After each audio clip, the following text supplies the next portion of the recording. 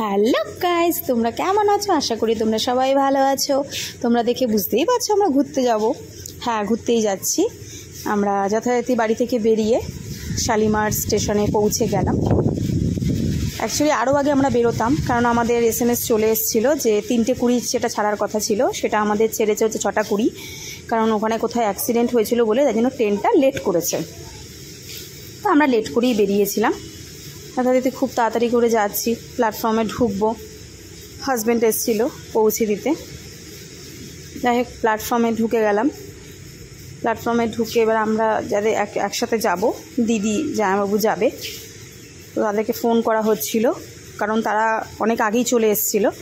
সেই জন্য ফোন করে তাদেরকে জিজ্ঞাসা করে নিলাম কোথায় তারা রয়েছে। তাই হোক, তাদের সঙ্গে দেখা হয়ে গেছে।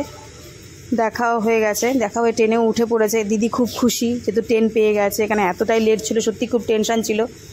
যাই হোক, তারপরে হাজব্যান্ড চলে গেল, কারণ ওর দেরি হচ্ছিল না, যেহেতু 6:20-তে 3:20 ট্রেন, সেখানে 6:20, আর কতক্ষণ ওয়েট করা যায়। তো বললো না থাক, আমি চলে যাই, অতক্ষণ আর ওয়েট করবো না। আমি ঠিক আছে তাহলে চলে যাও। আমরাও, মা দাঁড়িয়ে রয়েছে, টাটা করলো তার জামাইকে। এখন ঢুকে দেখছি দিদি আর জামাইবাবু কী করছে দেখছি, ওরা লাগেজগুলো ঠিক করছিল। যাই হোক, আমি যেখানে ঘুরতে এসেছি তোমাদেরকে আরও অনেক কিছু শেয়ার করব। সত্যি তোমাদেরও খুব ভালো লাগবে জায়গাটা, আমি মনে করি।